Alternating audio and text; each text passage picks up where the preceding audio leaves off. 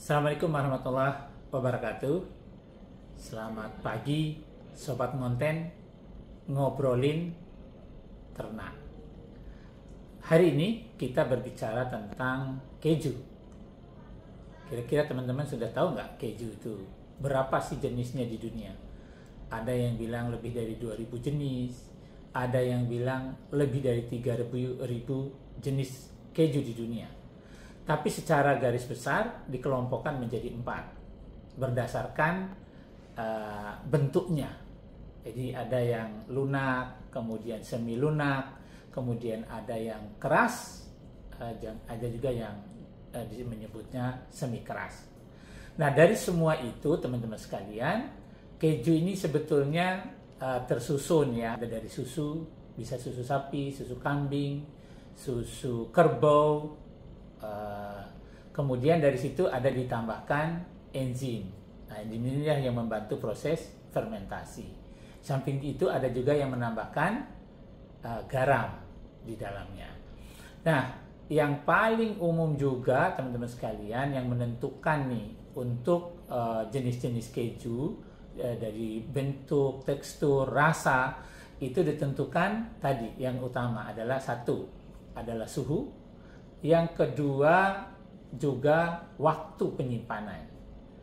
Kemudian yang ketiga adalah kelembabannya. Dan yang berikutnya adalah terkait dengan pH-nya. Dan yang sangat juga menentukan adalah enzim apa yang dipakai. Jenis enzim yang dipakai tentu banyak sekali. Dan itu juga menentukan rasa, termasuk warna. Seperti kalau yang penisilin, luarnya kalau teman-teman lihat keju, yang depannya itu warnanya putih, ada juga yang biru gitu. Nah, juga seperti kalau di Indonesia namanya danke, di berbagai negara juga punya nama-nama tersendiri. Nah, itu penamaan-penamaan dari keju dari negara-negara. Ada yang berbasis geografis, wilayah-wilayah tertentu begitu, dan itu keragaman yang ada. Sehingga kita perlu juga nih memahami bagaimana sih keju, sejarahnya, narasinya, sehingga menikmati keju, menikmati pula narasinya. Dan itulah yang akan membuat kita menjadi lebih asik untuk menikmati keju. Seperti apa jenis-jenisnya? Nah, ini kita bincang-bincang bersama pakar keju Indonesia, Pak Jimmy. Sekarang nih, Pak Jimmy, yang halumi kan sudah. Berikutnya. Yang berikutnya yang mana nih? Tom, Pak. Ini namanya? Tom. Keju juga? Keju juga. Keju Tom. Tekniknya Tom de Savoie. Dari daerah Savoie di Prancis. Tapi karena dibikin di Indonesia, di Jogja, sama Om William Wongso dikasih nama Tom de Merapi. Oh, ini namanya Tom Merapi.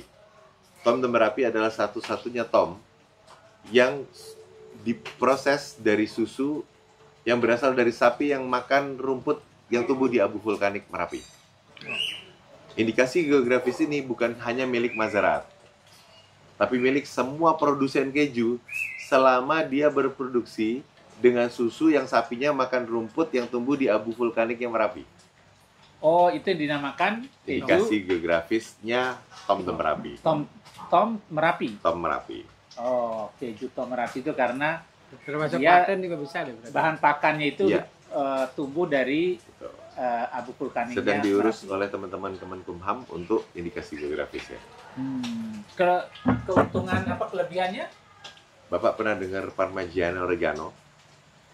Parmigiano Reggiano keju hard cheese itu hanya bisa disematkan ke keju yang dibuat dengan teknik tersebut yang rumputnya hanya berasal dari 4 wilayah di Italia. Enggak boleh dari yang lain. Nah, dari cobain, Emilia. Pak. Ini Coba ini. Ini yang namanya si Tom nih yang ini. Tom. Nah, ini. Tom Raider. Ya. Dari potong kecil-kecil sih. Tapi rasanya Buat nggak segurih ini ya. Nggak segeri ini. Oh, kalau mau yang lebih creamy, Pak, apaan ini, Pak? Tapi jelasin dulu yang ini tadi, Pak. Nah, Tom de Merapi masuk kategori semi hard cheese. Karakternya nutty, ada rasa kacangnya, lalu earthy, ada rasa mushroomnya, ada bau-bau mushroom, ya, earthy-nya. Lalu dia kalau teh, dia bagus ketemu ulong, di pairing dengan teh ulong. Teh ulong. Ulong teh, smoky-nya naik banget, Pak. Smoky, rasa smoky-nya. Kalau dengan wine dia ketemu dengan merlot. red wine. Red wine. Red wine yang Merlot.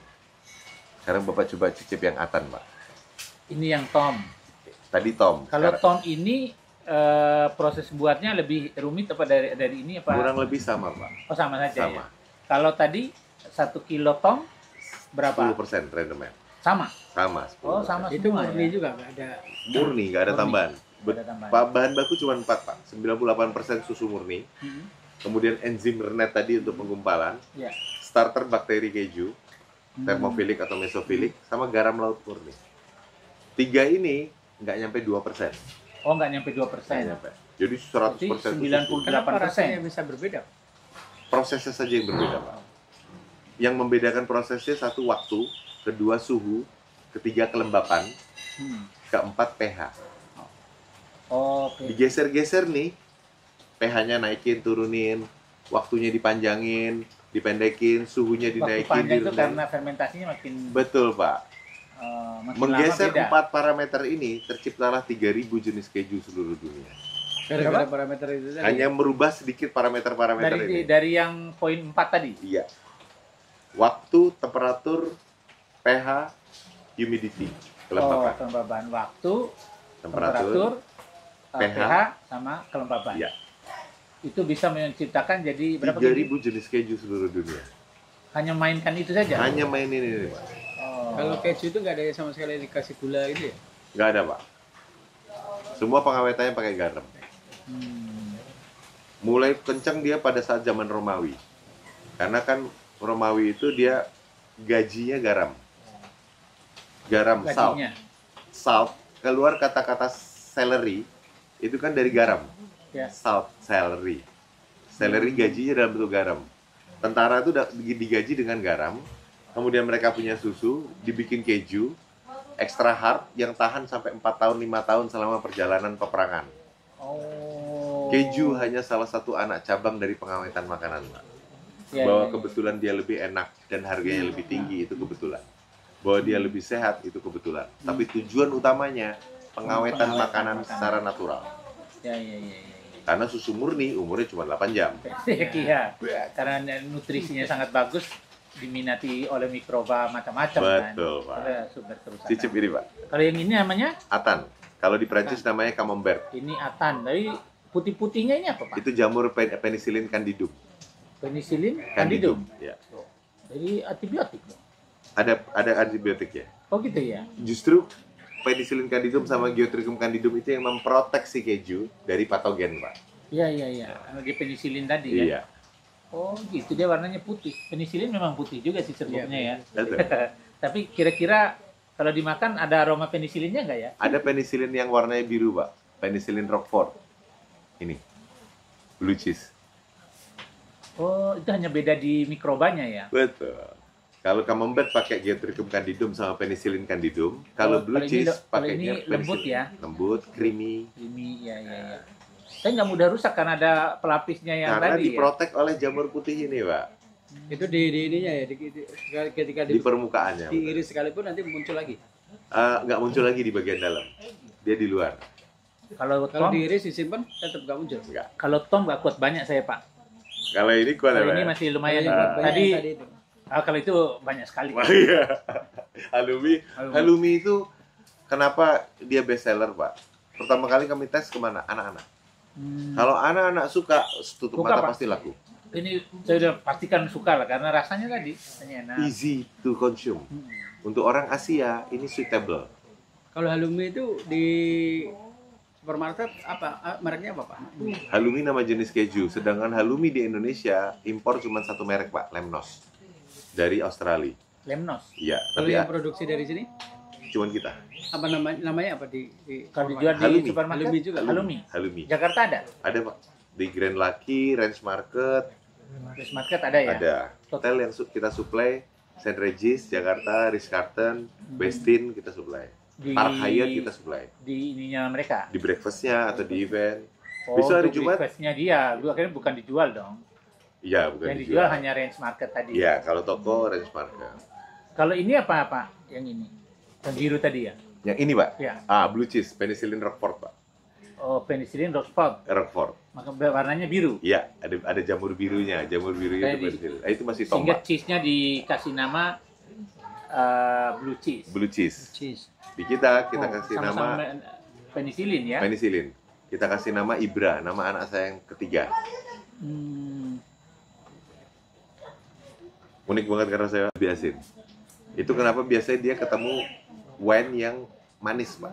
Port. Oh, untuk menetralkan ya. Untuk membalancing. Balance ya. Namanya port.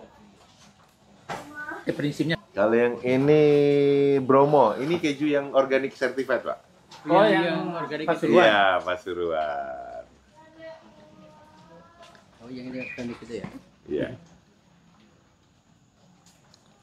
Yang ini Kenapa organik nggak dibuat halumi? ada, Pak. Ada juga. Ada. Yang organik kita bikin 4. Bromo, halumi, kolbi. Kolbi itu yang warnanya oranye. Sama satu lagi apa? Istri yang tahu. Saya mau nyari ini nanti di apa tadi? Range Smart ya. The best halumi, Pak.